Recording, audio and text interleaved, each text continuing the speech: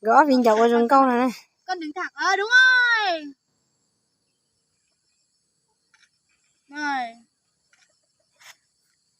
Đứng đây. Bắt gì con chơi rồi? Hát chơi mà, hát chơi mà. Hát chơi vào tăng không vào tăng quay được kìa. Mới này con nhỉ cho hết rừng câu. Đồ. Nè. Đó.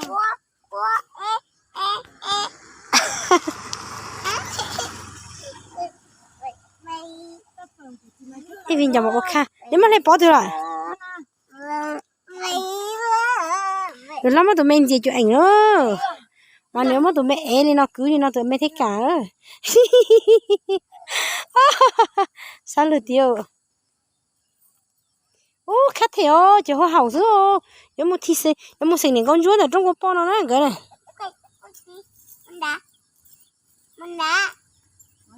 Gì này sao vậy không? Hay tiêu. Đừng có thiếu bao nhiêu hả đó.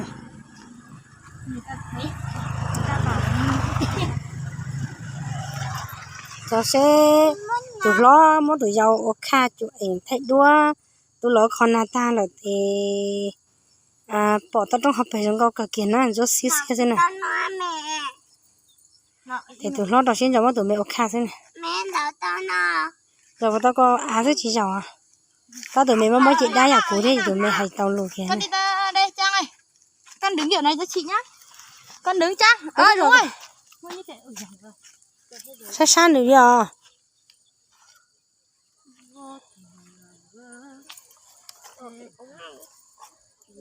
gì đó nó sao ba nhỉ ba nhìn trên nhỉ sao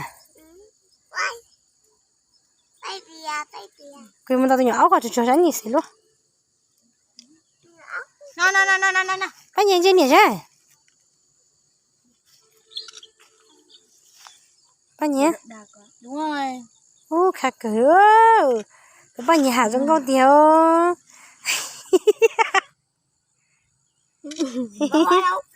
Bố có đi rồi nó còn đập nó thì đừng có đập nữa nhá. ok.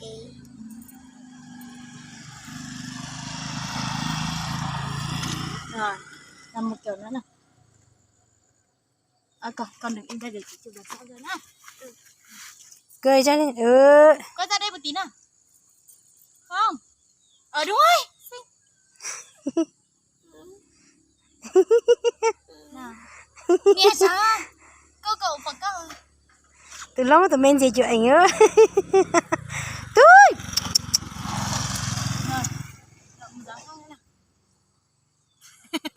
cho đi mà cho đi à sao xì mũi thật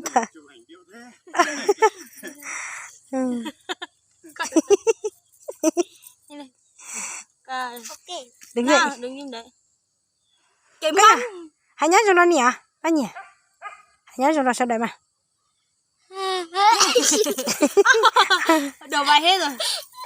anh nhỉ cái hãy nhớ cho nó sao đấy mà nhớ cho anh nhỉ chỉ tao khai này Chẳng qua khai mẹ món con nhớ cho ngon để nó sang đi satu nữa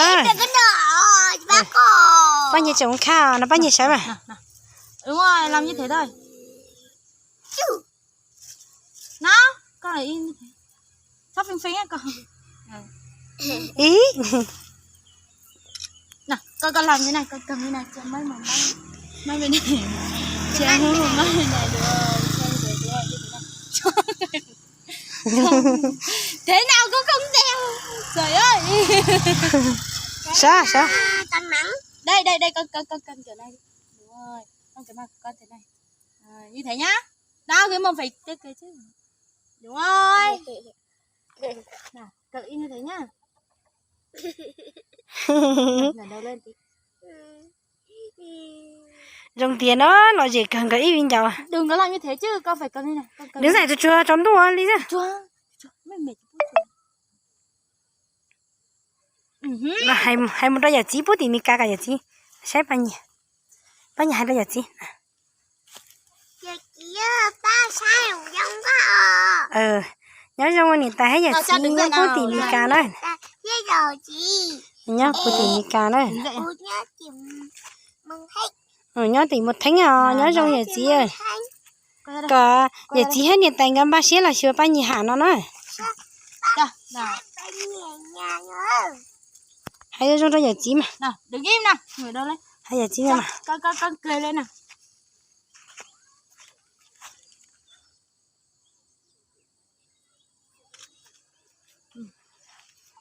Trang ơi, bao nhiêu quay ra. sao đi mà Đúng rồi, đứng im đấy nhá. Đứng nào. sao mà sao chú trong đâu à sao Rồi. Ngồi như thế đi. Bông hoa cái uống bông hoa. Rồi. bao nhiêu trên này sao bao nhiêu Con đừng có nghiêng đấy như thế. Đúng rồi thằng. Bỏ cái chân này. Cái chân như thế này. Một chân dài, một chân ngắn. Một chân như nó mà muốn tự do sao gì cái tay làm như thế này. Cái tay như thế này này. Ủa, thế này. Này, đừng có bỏ đế tí nữa. Nó rơi vào Chân như thế. Đúng rồi. Nè, cái mặt nghiêng. Đúng rồi, đứng thẳng. Đúng rồi. Thôi coi rồi. Nào. chị gửi cho họ nhá. Rồi. bao nhiêu hả trên này sao Thang. wow ngứa đó Bỏ hết ra đi. Rồi, coi ra đây. hay nhớ trong sao Không bỏ cái này. Bỏ. Nào, Bao nhiêu từ trên từ này đã, mà? từ từ đã. muốn nhảy à bao nhiêu Mở nhảy ra không nào, giờ chị chỉ chụp sao cho một tấm này tí chị còn sửa nào. Ok, để đây. cứ có khách cái lúc mà im bay nhà đó bao nhiêu nhảy một giờ chỉ sai bố giờ chỉ tìm cả sai Chị ơi, tôi bỏ chị cho mì ca. thì giờ chỉ nhớ mình cà tê đó Trang này, con Trên làm này tay mà. như thế này này.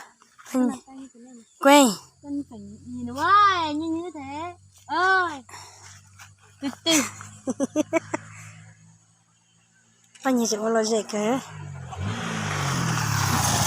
Rồi. Rồi. Con không. rồi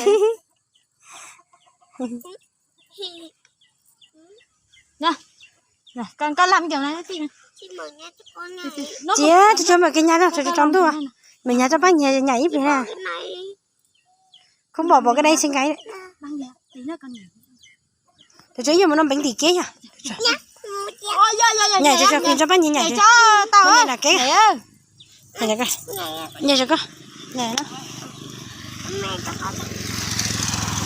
khởi đi cho con lắm mà khởi đi cho cái ba chúng con lắm mà con đứa bông thả con Chị đi. nhảy cho nhảy này con rồi con nhảy xí xí nào đó Quỳnh muốn đã. món thái thì gì mà đây Mẹ, ít bé. Một tí kia 5 bánh. nhưng mà nó khó nụ nhảy đi Đang quảng cáo.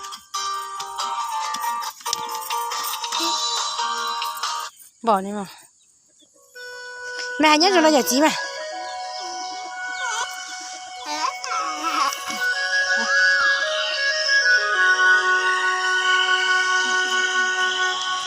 nhảy cho mẹ cho con nó bánh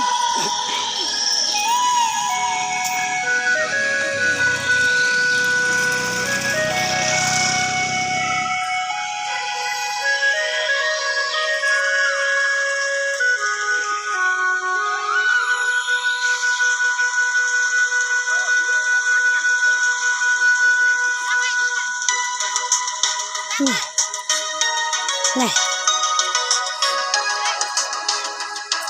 này cho mà nó bánh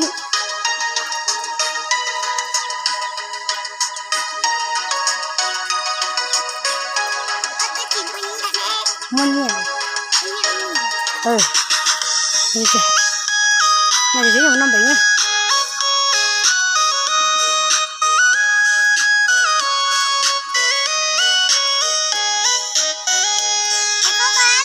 không quay con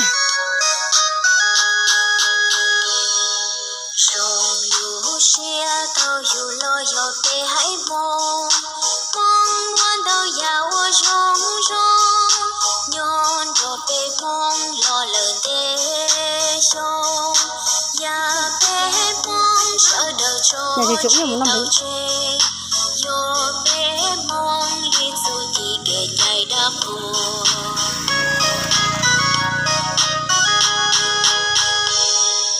mong đã mong càng mong gió thu chỉ mong đã mong về chỗ tao có gì dùng hành đó nên bác bé chia sẻ thì bác bé đăng ký rồi bé tụi ba nhiều là thu nè trong cho mong trong câu tiền tiền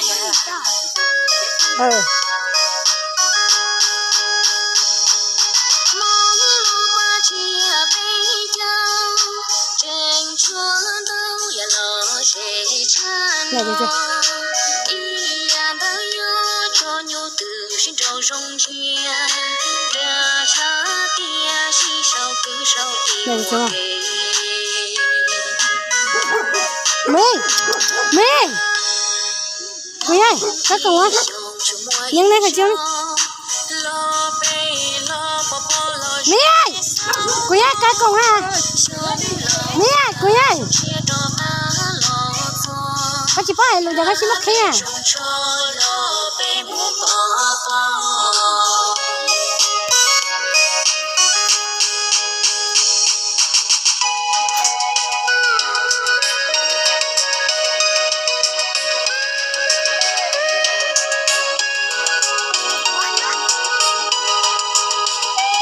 chết chết rồi này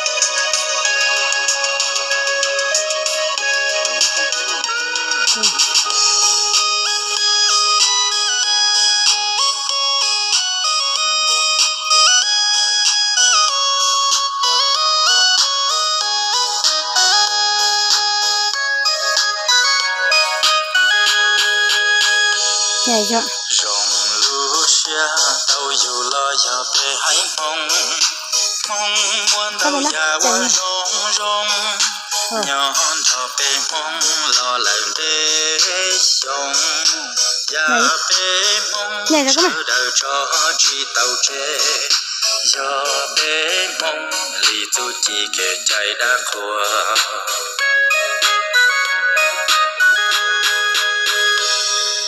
mong mùa ý ya ua rong cha gió bể mong lu ba chia bể chao mùa si từng thay rong gao thì tu rong rao si từ hung gao hay cái xia là sẽ cài lê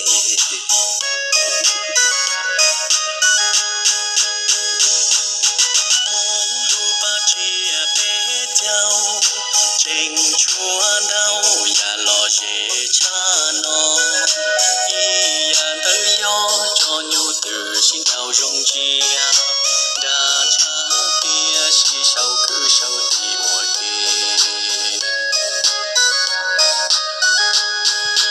mong em mong nó khó tư lon cho để bác chắc là ba nhà hà nữa ba nhà nhảy luôn tu lo lon cho khía tê giao tàu cờ thía mò như này mà ba nhà chỉ đợi bé hay nên mong thía vừa chỉ lo à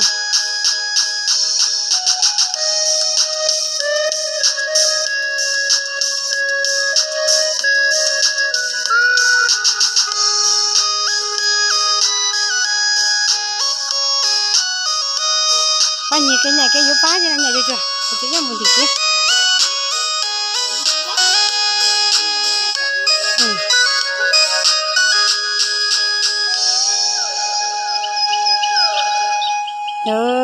ta lô hãy nhớ trong nhà chị à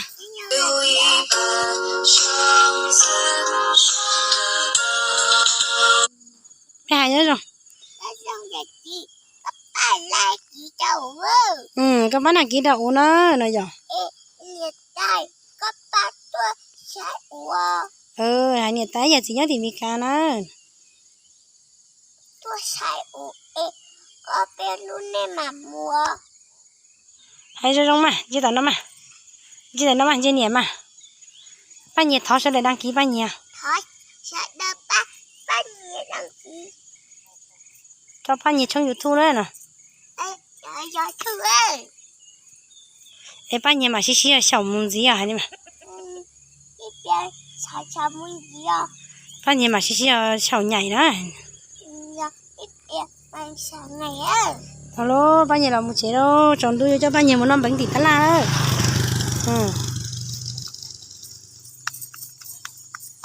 alo ít cho ba nhỉ một năm bánh thịt la đấy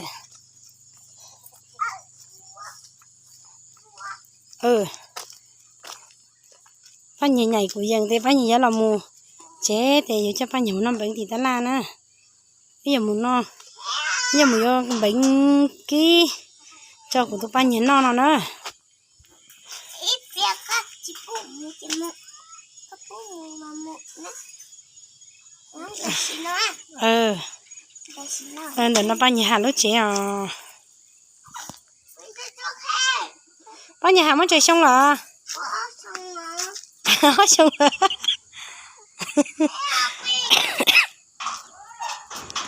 ba nhỉ mới chơi xong nè Xong. ba nhỉ thì ba nhỉ mới chỉ xong nữa nó mà ô ba nhỉ nó còn chơi bông rồi ba nhỉ hay mà ba nhỉ ra sợi đời mà